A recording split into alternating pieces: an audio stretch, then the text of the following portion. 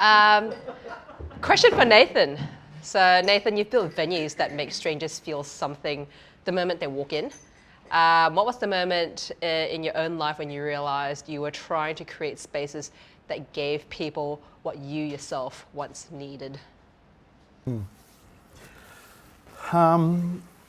it's a long story. I guess probably hearing your story and your story about your connection to your father and your tough childhood. I had a really tough childhood as well. My dad was a Vietnam veteran. He was conscripted to go to the war when he was 21, came back a very different person.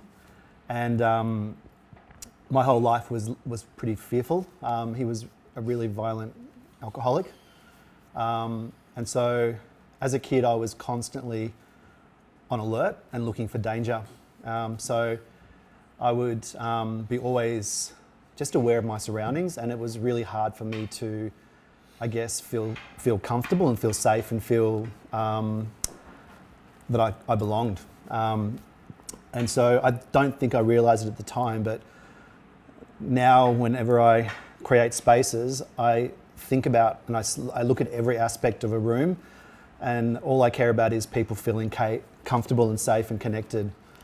When I was about 8, we went to a pub in Marysville, and that was the first time I went in, and I just was like, whoa, this is amazing. Like, people are all just having fun, connected over food, and feeling safe was a really important thing for me. And so from that age on, I always said I want to be a hotel manager. That was my dream.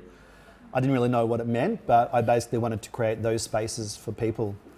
And so we moved around a lot. I moved in the middle of grade prep, middle of grade 2, grade 5 and grade 6, and then I went to a new school in year 7. So as a kid that was really scared and also had trouble kind of connecting with people, the one thing I craved the most was connection. And so, yeah, from that minute on, I knew that when I got older, I wanted to create spaces where people can essentially come into and feel safe. And yeah, I guess just on that kind of story about your dad and forgiveness as well, like I grew up, you know, hating my dad and having this really painful feeling in me my whole life. And then when I had kids, I started to realize, wow, what must it feel like to have children and not be able to say that you love them and not to be able to show them you love them? And it made me go from anger and pain to forgiveness and empathy. And so when I got probably about 7 years ago, I was still carrying a bit of darkness in me that I couldn't quite figure out what it was. And I had kids, and my mum rang me and said, hey, Dad's not well, he's got cancer. And I knew at that point, hey, he's not going to be around for long. And I knew that I had to basically forgive him and say what I needed to say. So I told my wife, I'm going to go to hospital tomorrow and tell my dad that I forgive him and I love him. And I went there, and the words just wouldn't come out of my mouth. And so I went back home, and she's like, how did you go? I was like, I couldn't say it, but I'm going to go back tomorrow and do it.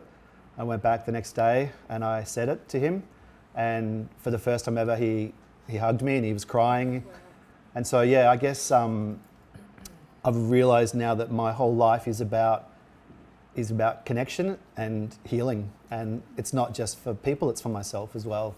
And so, yeah, that's probably what my role is in life. You know, I believe that I was always the one that took the brunt of my dad's anger, and to the point where I actually convinced myself that I was a bad kid, because it's easier to think you're a bad kid than to think your dad's not a good person. You know, the shame of that. So I actually grew up thinking I was a bad kid, which is pretty funny now because I'm not really a bad person, but it was the easiest way to cope, you know.